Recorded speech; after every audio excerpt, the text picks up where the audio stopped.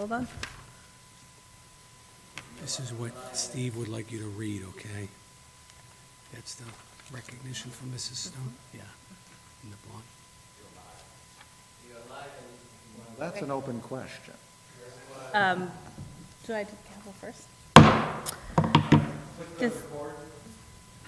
Oh, sorry. This conference is no longer being recorded. Sorry, twice. Okay, ready? This February 13th Board of Selectmen meeting is an open meeting of the Town of Auburn Board of Selectmen, is being conducted both in person and remotely, consistent with Chapter 107 of the Acts of 2022, which suspends the requirement of the open meeting law to have all meetings in a publicly accessible physical location. Further, all members of public bodies are allowed to participate remotely as long as reasonable public access is afforded so that the public can follow along with the deliberations of the meeting. For the public to join the meeting remotely or by telephone, dial 1-408-650-3123, access code 235-235-861, or the public can join by a computer at https://global.gotomeeting.com/join/235-235-861. All supporting materials have been provided to the members of this body and are available on the town's website. The public is encouraged to follow along using the posted agenda. All board members are present, so we can stand for the Pledge of Allegiance. Pledge allegiance to the flag of the United States of America and to the republic for which it stands, one nation, under God, indivisible, with liberty and justice for all.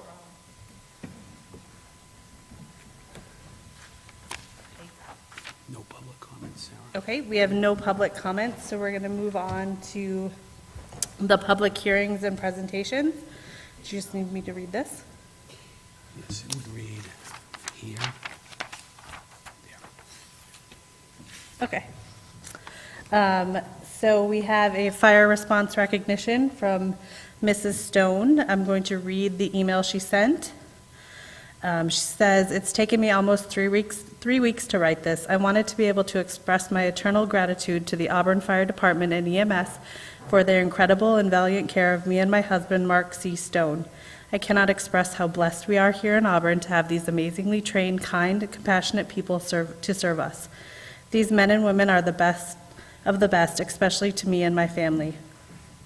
On January 9th, they were called to my house to help my husband, who was very sick with a blood infection and a fever of 103. Not COVID. They quickly cared for him and took him to the hospital. On January 15th, he was released from the hospital. After a mere 10 minutes from his release, he suffered a full cardiac arrest in the car with me on Route 290. It was dark and cold, and I was alone in the car. I thought of stopping to do CPR, but I knew I'd waste precious time in trying to do this on my own. It was about a half a mile from the Auburn Mall exit, so I hit the gas and begged him not to die. I knew my only hope was to get to the Auburn Fire Department for help. Let's just say I got there in about a minute. I jumped from my car at the fire station and went screaming inside for help. Within seconds, these fantastic men and women came flying out the door to help. They immediately started CPR on Mark. I was a hysterical mess. In an instant, Mark was on a gurney with them continuing CPR all the way into the bay. They knew I was having a nervous breakdown, so a couple of them surrounded me and guided me into the office to take care of me and reassured me. They were doing all they could possibly do to save him. They explained everything in detail to me about what they were doing to save Mark's life.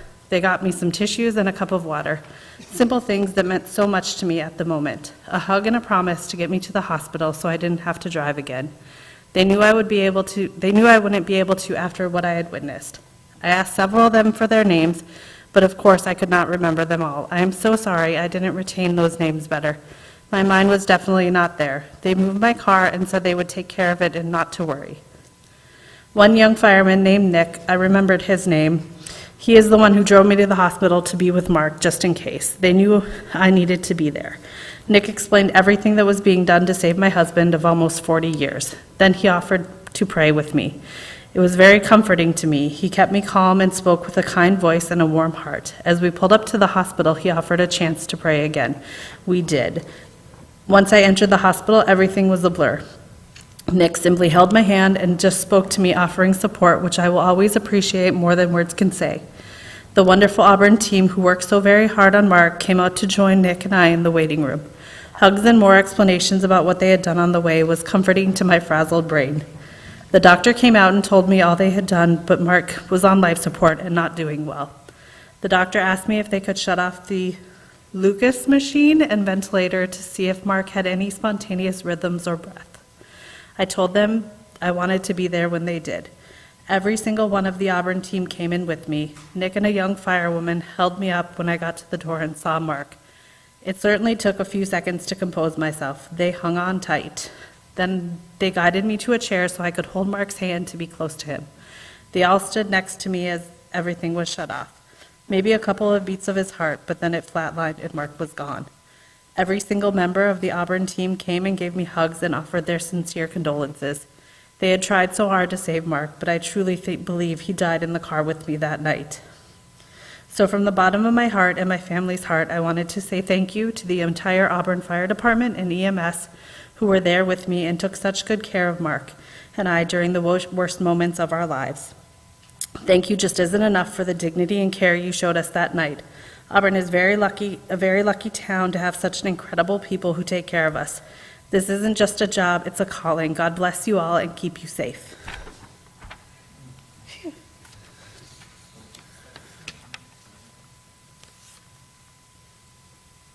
Madam Chair, if I may, that was quite a touching story, and my sympathy goes out to Mrs. Stone, but what a compliment to the Auburn Fire Department and the heroic efforts they tried to take to save her husband. My appreciation as a result of that story goes out to each and every member who tried to assist Mrs. Stone. And I think more stories need to be told about what happens on a day-to-day basis here within our public safety department. So I'm glad the story was read, because I think it really complements what you have done and what you continue to do to make it a successful and a successful department. So thank you, Chief. So I don't see that we have any communications. We do have a request for a name change. Do we need to open, I would need a motion to, I'll make a motion that we approve the change in owner name and address to Lundgren Equity Partners LLC, trustee C.O. Glickman Cavaggio, and Jacobs Management, 1 Mercantile Street, Suite 510, Worcester, Massachusetts. Second. all those in favor? Aye. That vote went through. So we have a request to change the name of the owner and address information on the flammable storage permit for 209 Washington Street. Chair, I'll make a motion that we make a change to the name at that address to Deb Jr. or Deb Jr. Netta LLC, care of Hollamore Corporation, 795 Plymouth Street, Holbrook, Massachusetts. Second. All those in favor? Aye, and chair is yes. Next, we have, we need a vote to open the warrant for the May 2nd, 2023 annual town meeting.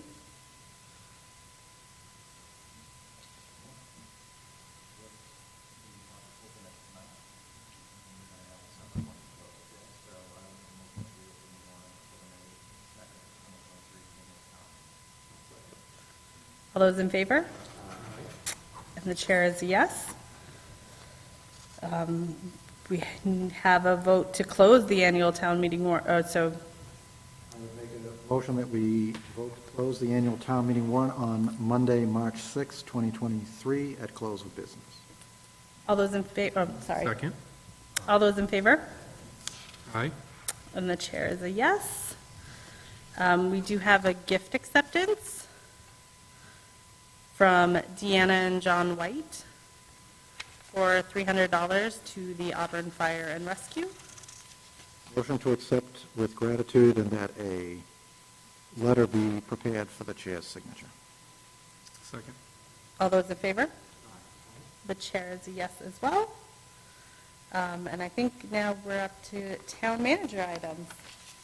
Thank you, Madam Chair. I have both chiefs here to describe to you in a little more detail about a request being made through opera funds. This request is for a public safety fiber network upgrade that would create an additional ring to our existing ring for our primary and backup radios and repeaters. So with that, I will turn it over to Chief Coleman and Chief Lemon to get into some of the specifics about the request before you tonight. Thank you, Mr. Town Manager. Madam Chair, members of the board, thank you for having us tonight. So as I had outlined briefly in my email last Friday, this is a request that has sort of been looming out there for a little bit. And what we are looking to do is to create what we're calling the public safety fiber network that will support the public safety communications for the town.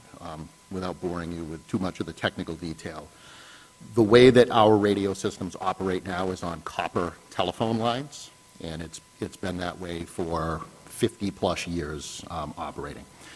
So the advantage of moving from the copper telephone lines to the fiber is right now, all of the communication through the telephone line, it's directional in one way.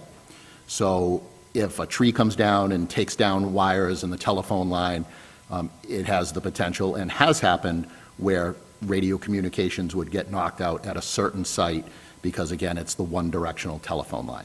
By putting in a fiber network, this will create a loop, and then the way fiber operates is that loop is to travel two-directional. So even in the event that something were to happen at a particular site, we would be able to redirect communication, so the possibility of losing that link and that loop reduces significantly.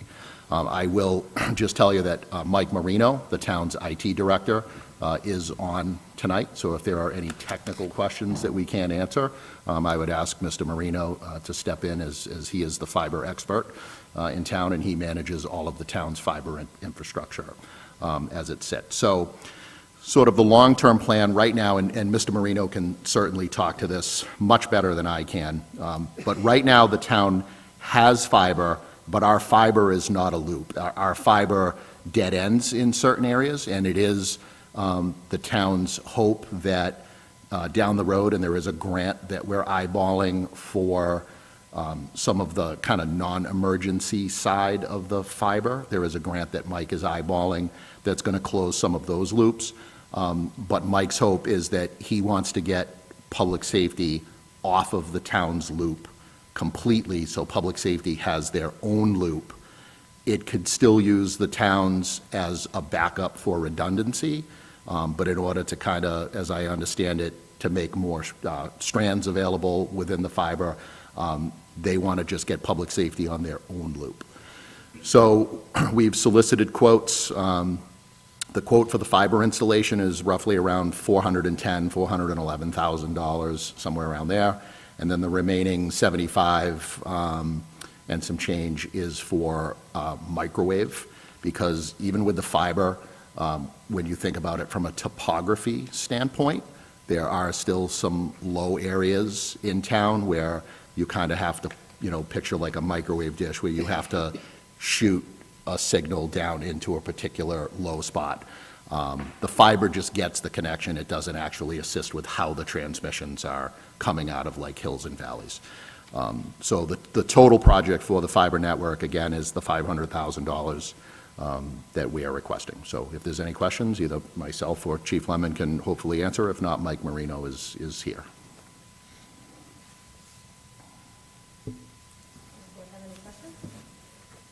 This will get you 100% coverage.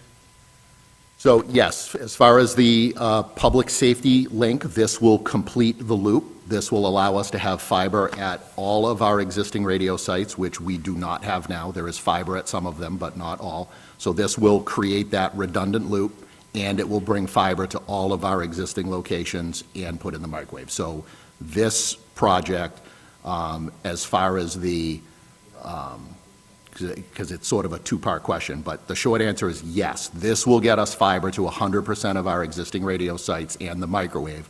There are still what we call voting sites, which basically, when you key the microphone, in a split second, it says, well, which receiver is picking this up better? There are still some voter sites that the police department and the fire department are working on through our capital improvement budget to still enhance this. But from a network standpoint, this will complete the public safety fiber network. There will be, at some point, the town manager and Mike Marino will be coming before the board asking you to support a grant. I believe it's through the MMA. I believe it's an MMA grant to close the existing town side. And I believe the quote on that Mike received was somewhere around $125,000. So there is still some fiber that the town needs to do in order to close some, but there is a different funding plan for that. So Mike Marino did reach out to the company. One of the questions that was asked today was the timeline in the event that this project is approved. Mike Marino reached out to the company today. The company that we solicited is on the state bid list, and they are the company that has run and worked on all of the town's existing fiber. They are booking about 22 weeks out, so roughly 5 months. And then from the time 5 months to receive all of the material. And then once they receive all the material and start work, they expect it to be completed in about 30 days. So we'd be looking at about a 6-month completion time if this was approved tonight. And this is, why this is sort of, this ask is important is that both the police and fire are in the throes of communication upgrades sort of separate from the fiber. So the fact that this additional fiber can be run sort of simultaneously at the same time that we're doing base radio upgrades and voter upgrades and all of those things, it'll kind of actually be able to tie both of these projects together somewhat seamlessly. Does this alleviate maintenance on the other system or the phone line system? Yeah, so those phone lines will go away, and again, that's another advantage, because right now on the copper lines, we're paying a monthly bill for phone lines. So once we become 100% reliant on fiber, all of those copper phone lines will go away. There's obviously the upfront cost of the fiber, but then there's no monthly expenses like we pay now for all of the phone lines that we occupy for our radio system. We occupy a tremendous amount of phone lines just to operate radios, so all of those will go away. Just a quick comment without being dramatic about this. These are the communications is what keeps the police chief and the fire chief and the deputy chiefs up at night when we have high winds, storms. It's important to have redundancies so people can communicate. This will move us to where we need to be to provide the best public safety communications between police, fire, and EMS throughout the community. So it's a good thing that we're moving, and the town has already expended money with the existing fiber that runs throughout the town at the various sites to make sure that this plan will work. So this isn't a pipe dream that we're hoping it's going to work. We've already spent the money to test it with the engineers to come out and say, not only did it work, but you got to remember, I'm not a radio guy, but not only did it work, but it exceeded their expectations with how well is it expected to work with the bandwidth that the fiber will be able to transmit. Yeah, that's a good point. While you were talking, I was trying to think of the word, proof of concept. So the proof of concept plan we've already expended the money for the engineers to do the proof of concept, and that came back, and this plan is the plan. So what we're looking to build out is what the engineers designed within the proof of concept plan. Then this is based off what you had mentioned. There's no intention, I'm kind of reading it, to go out to bid. You just plan to use the one that the quote came from? Yeah, I mean, one of the advantages of state bid is that all of these companies are already vetted and you're getting the best possible price because they're already pre-negotiated reduced prices with municipalities. So in my experience, I'm not saying this is 100%, But in my experience, every time that we've gone out to bid on a particular project, the rates are usually not as competitive as to what you're doing off of the state bid list. I mean, in my mind, it just makes sense to go with a company that's already built out all of the fiber infrastructure within the community. They know the system. So that to me makes sense. There's a lot of extra time and money that goes into writing a bid, going out to bid, reviewing bids. That's why the state bid list exists. It's already negotiated prices at reduced rates. So, typically we try to do as much as we can off state bid list because there's a cost savings just right out of the gate doing a state bid project because it's been vetted by multiple committees at the state level in order to kind of sharpen the pencil to get those reduced prices. Even with, things like, not just to kind of stray for a second, but buys is we're encouraged and pushed to do most of the buying that we do, from paper to pens to whatever it is, because you can't go out and buy paper for what you're buying it through buys at a already reduced negotiated price. So that's the advantage of a lot of those bidding systems.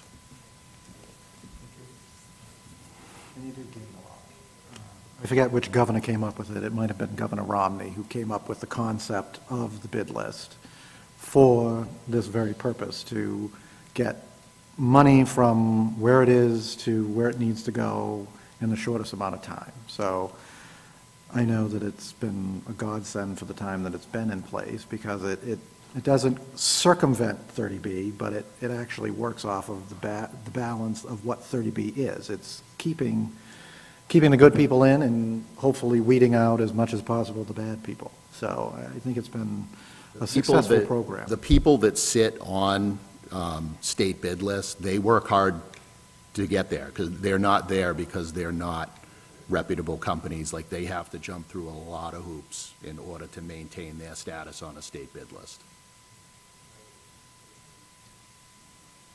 I know that we had this slated under the Blaker Street, and that, when I looked at back in my own history of it, it's been almost 4 years since we even started discussing that process and trying to find money for what was identified as a problem then. So it's definitely not a need that hasn't been identified, and there hasn't been an attempt to locate non-tax revenues to do it. But as we know, these projects don't necessarily follow the course that we would like them to, or in the time that we would like them to. So I'm in support of doing this because, again, I do think it's just looking at the Instagram pages, how many cars that have been flipped over in the last couple of weeks.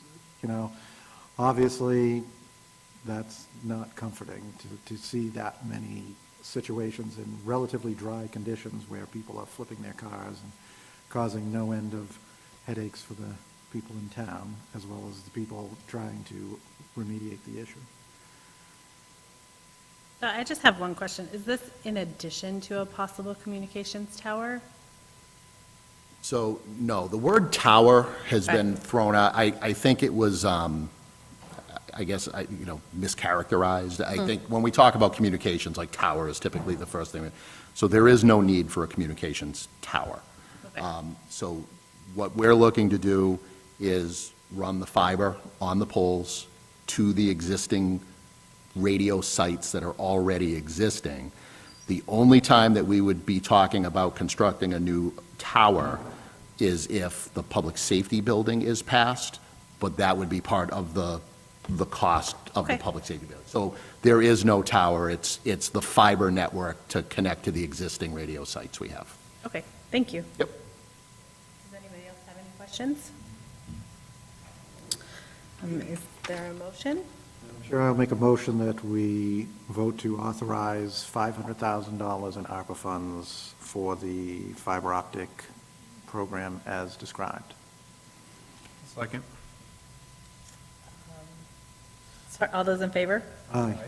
And the chair is a yes. Thank you very Thank much you. for your support. Thank you. Appreciate it. Thank you very much. All right, it looks like we don't have any proclamations oh, wait. Oh, sorry, we're still on you, Ed.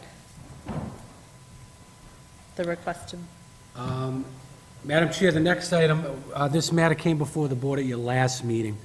Uh, We are seeking, if anyone on the board is interested, to have a representative as a board member, as part of the working group for a project that's being done under CMRPC to update our housing production plan.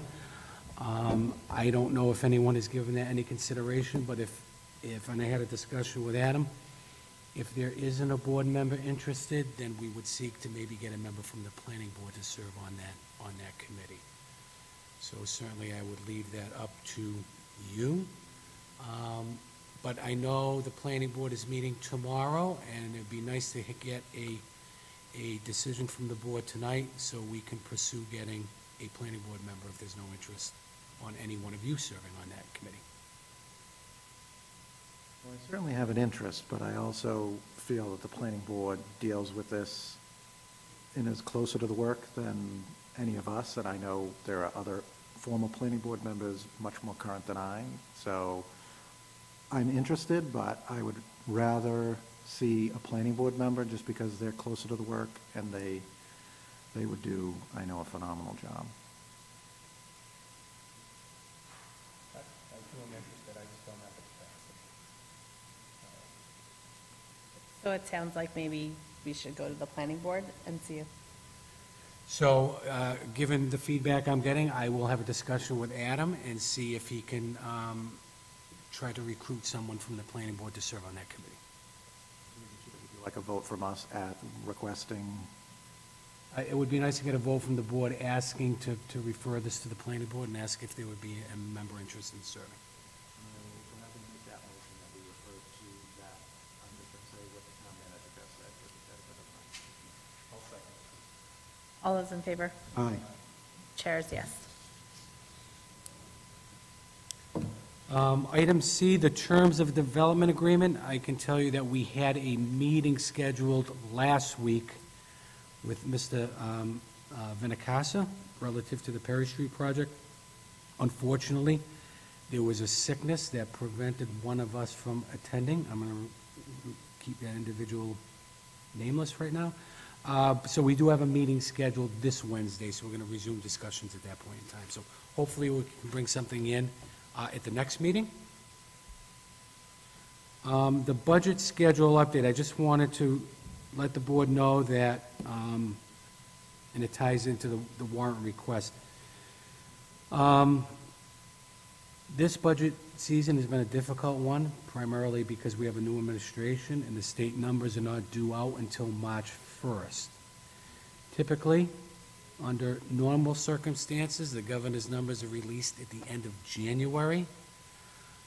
So this puts us back about 8 weeks from where we normally are. As a result of that, 20% of our revenue source comes from the state, and I don't know what that number is. Now, I know they were officially released on March 1st. I'm hoping to get early indication as to what that may be, hopefully a week before. Keeping that in mind, I would like to get a budget to the Finance Committee or to the board at your February 27th meeting, if possible. That would allow me to then bring it into the Finance Committee on March 1st. As a result of this delay, I've had discussions with the chairman of the Finance Committee to see if there would be a willingness to have a long meeting on a Saturday, so we could kind of catch up on the 3 weeks that we missed. And there is interest in doing that. So with that being said, although it's coming in late, I think we have an opportunity to catch up by having that one meeting on a Saturday. And quite honestly, this may set a trend for the future as well. If we can do a Saturday and then minimize the amount of Wednesdays they meet after that initial meeting, I think would be beneficial for all. I talked to the department heads. There's a willingness on their part to participate on a Saturday, so I think we can make it work. But I just wanted to bring you up to date as to when you can expect to see some numbers, and we're going to try to get something to you for the 27th. If not, we may have to have a special meeting the first week in March. The numbers on the 27th wouldn't be accurate, or you're thinking they'll release them early enough that they will be?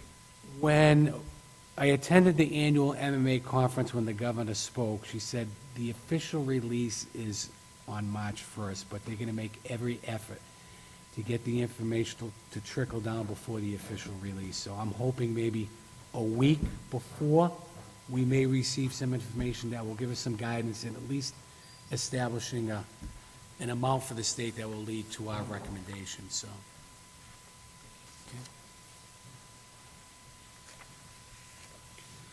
Moving on, opera premium pay report. So since your last meeting, provided a memo to you with the expectation that we would process the payroll this week after the regular payroll.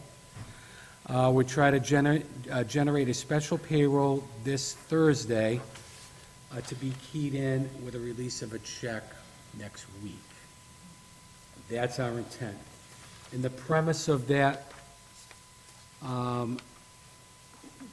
payment is outlined in the letter. So I just want to highlight a few things within the letter. Let me just grab my...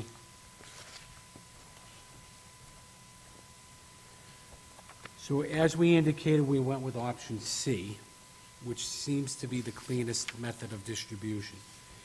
And under C, with an emphasis on frontline employees, which are primarily made of public safety departments, there'd be a distribution of $3,000 for each frontline employee. And those are the individuals who assume the highest risk on a day-to-day basis as a result of their interaction with the public. Additionally, the board supported an additional $1,500 payment for fire rescue department paramedics and EMTs on the ambulance. So that's built into the equation. Also, inspectors who responded to calls during the pandemic would receive, which include public health, building inspectors, animal control, they would receive a $1,000 payment. All other town employees would receive $500, and there's a bonus for employees who worked on-site for vaccination clinics would receive $25 for each clinic that they participated in. Given that, the following has been calculated, and we said we were going to come back with a number, and please, I want to emphasize that this may change by like $50 to $100. We're still trying to identify a couple of people who there's discrepancy on whether they work the clinic or not, but we'll have that ironed out this week. Police and fire rescue frontline officers, the total is $213,390. The total for ambulance, paramedic, and EMTs, $37,500. Those inspectors, including animal control, health, and building, $6,200. Employees, all other employees in the outside categories would be getting $32,305.95, and because that includes some individuals who are prorated. And employees who work the vaccination clinics at $4,100, for a total amount of $293,495.95. Now, that may go up by $150 or $100, certainly well under the $300 that was authorized, and I just wanted to provide this update to you, knowing that this was going to be processed this week with a payment date of next week.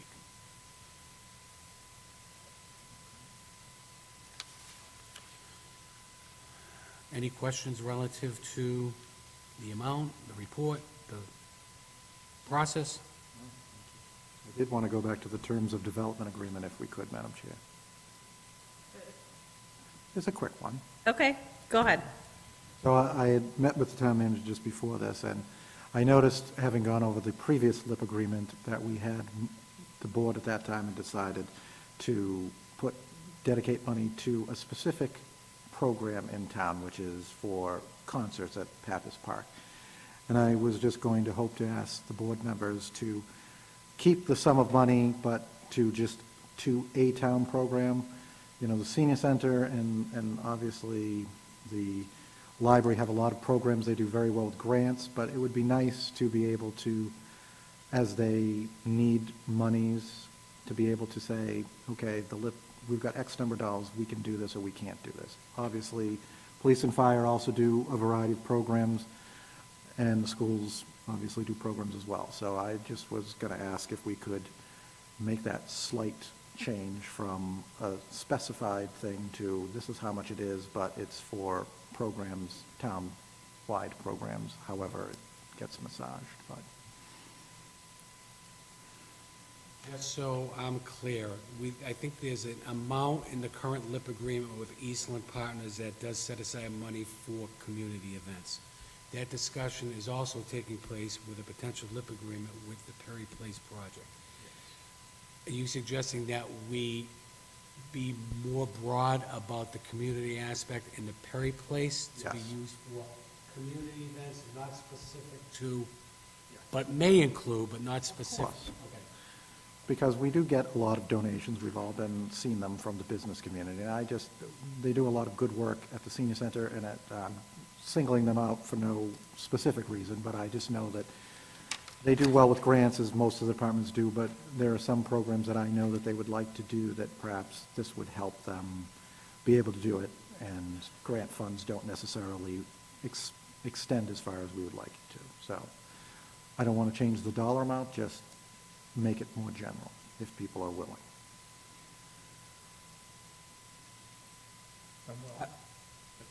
I mean, I would be happy to convey that at our next meeting on Wednesday, but it would help me out if the board took a position in the vote so I could carry that in.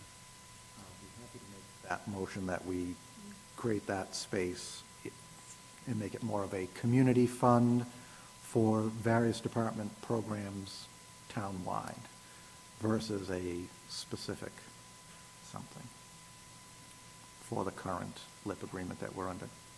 So I'm not exactly sure how everything got negotiated or where you stand in it, but I know there was talk about funding certain things, so just want to make sure that we're not pulling money that's not intended for that, but still cover that. So I don't know if it was specific for community events or engagement.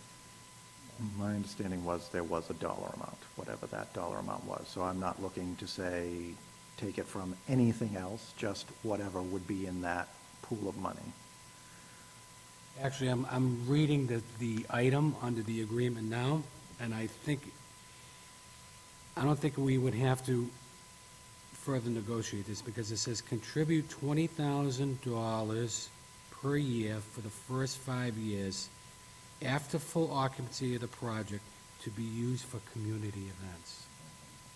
So it's not specific to, so if you're happy with that, then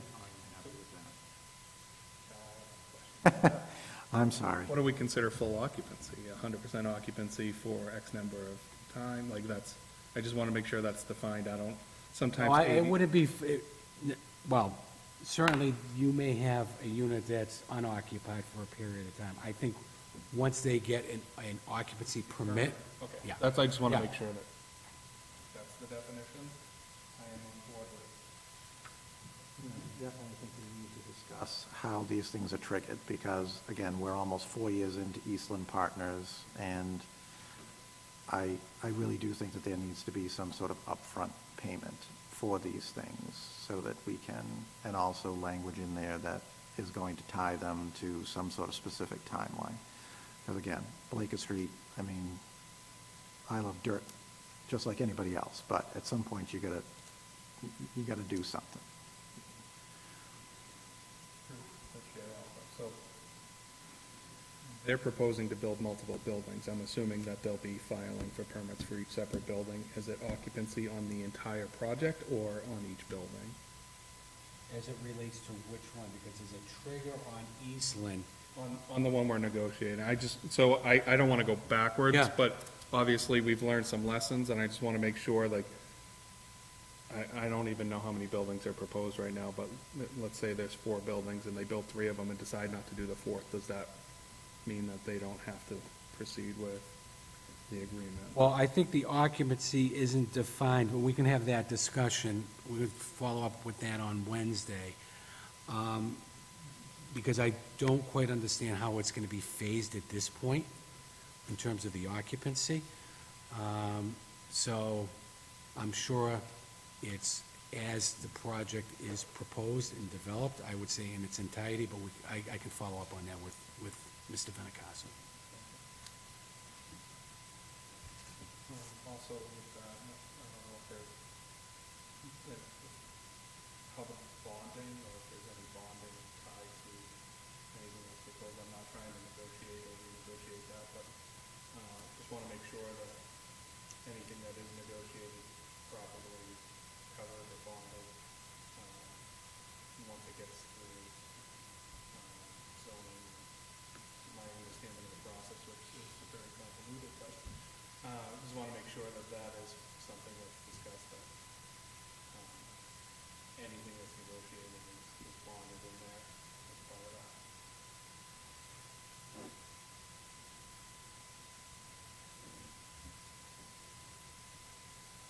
Typically, the town would hold a surety bond or some type of bond for a period of time until all the conditions are met. So I think that's pretty common, pretty standard, but Yeah, again, I'm not in the negotiations, and again, I think it's weird that we're negotiating this before it goes through and we don't even really know what the plan looks like. But as I'm going through it, I'm thinking of more and more things. I'm not trying to derail anything, but as we have opportunities, I'll continue to look at it.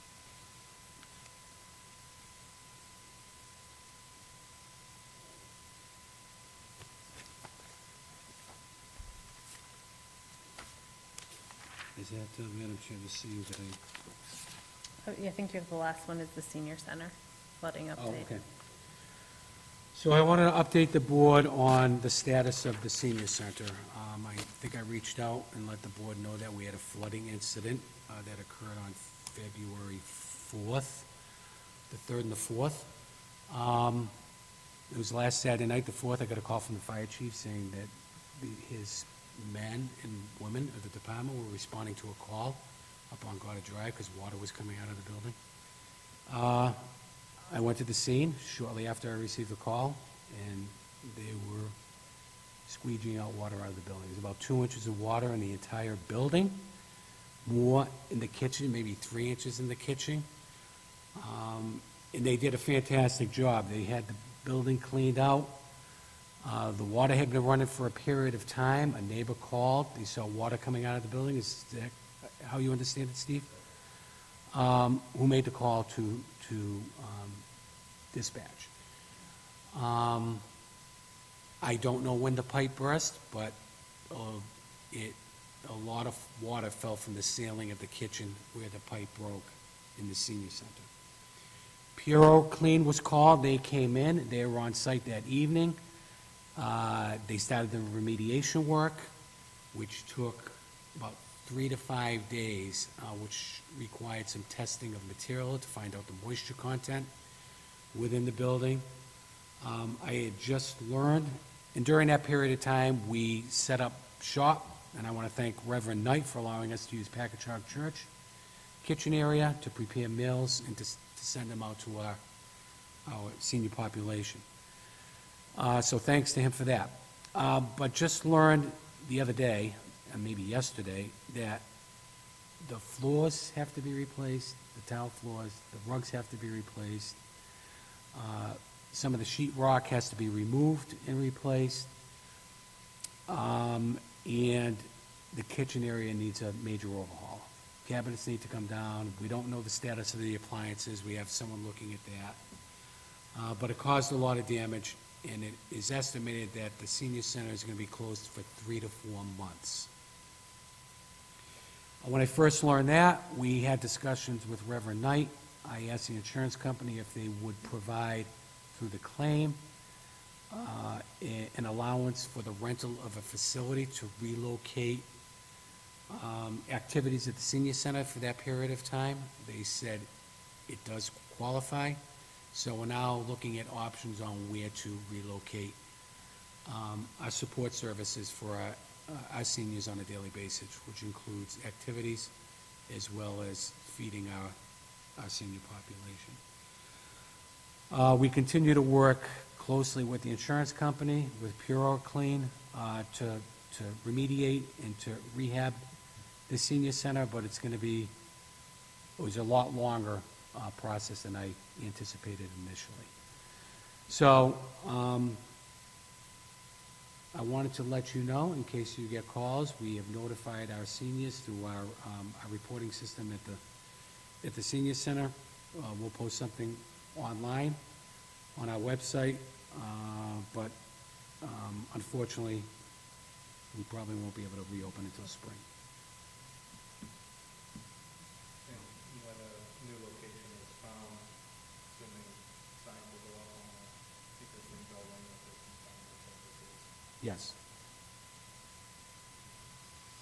I'm very glad that we're looking at giving them a space even temporarily, because I know how COVID affected them, which thankfully we're not dealing with that at this particular moment, so thank you for doing It's that. amazing to see how much, in terms of activities, have been resumed since COVID. Back to a